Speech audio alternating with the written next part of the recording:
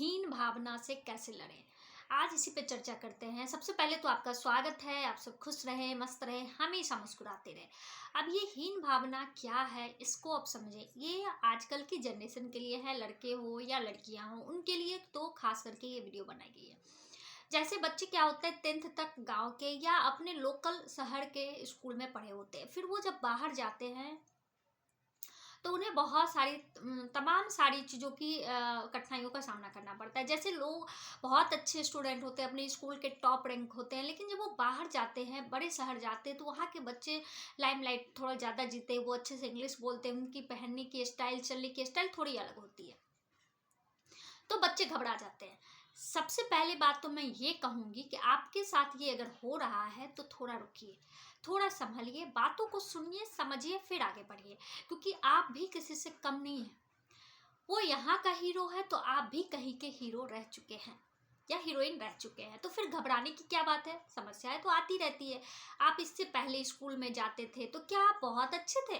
क्या आप एडजस्ट कर गए? पहले दिन ही एडजस्ट कर गए? कुछ बच्चे कहते होंगे हाँ मैं कर गया, फिर अभी नहीं कर पा रहा हूँ, तो थोड़ा संभलने की बात है। हम कुछ भी नया करते हैं तो उतार चढ़ाव तो आता है, तो आप सबसे पहले खुद की केयर करें, अच्छे से खाए पिए, अपने आप को थोड़ा सा अच्छा रखें, गुड फील करवाएं।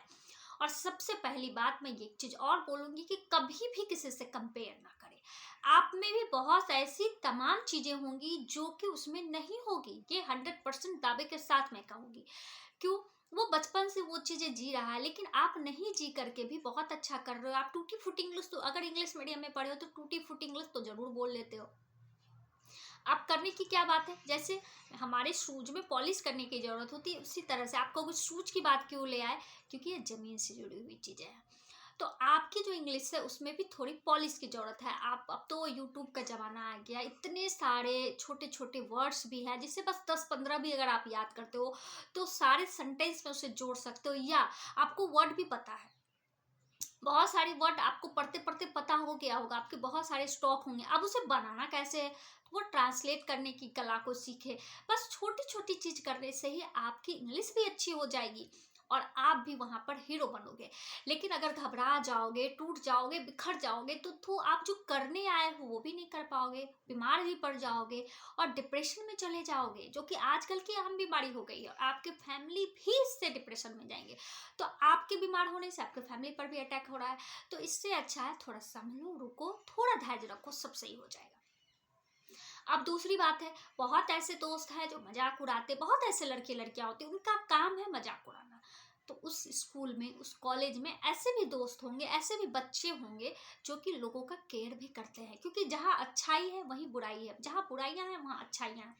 तो आप उस अच्छाई को ढूंढो, और ये नहीं कि आप उसके पीछे लग गए हो, ऐसा नहीं। आप उनके कांटेक्ट में रहो, उनसे दोस्ती करो, उसके बाद उसमें भी कुछ जरूरत होगी उसकी, वो आप पूरा करो।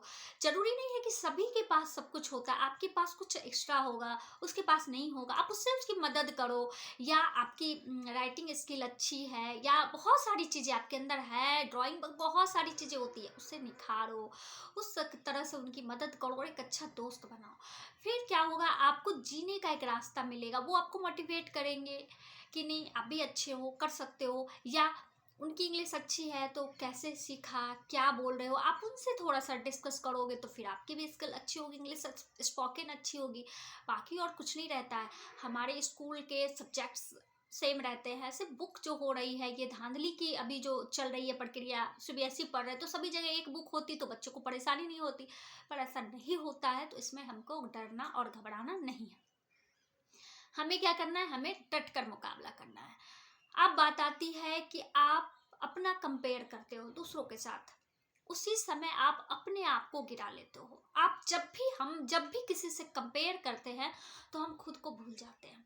हमें ये लगता है कि वो हमारी गलतियां निकाल रहा है, और जब हम उससे जब ज़्यादा वैल्यू देने लगते हैं ना, तो अपनी वैल्यू तो घट गई ना, क्योंकि आप दूसरे को वैल्यू दे रहे हो तो घट गई। तो ये नहीं करनी है, हमें अपने आप को भी वैल्यू देना है। जब हम दूसरों के बारे में सोचना बंद करेंगे तो खुद के बारे में सोचेंगे। और सबसे अच्छी बात मैं बोलूं, खुद को इस समय अपना दोस्त समझें।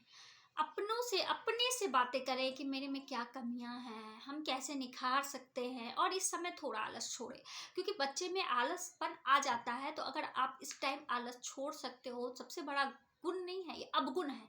इस कचरे को सबसे पहले बाहर फेंको, फिर आप खुद में देखोगे कितना सुंदर आप हो गए हो।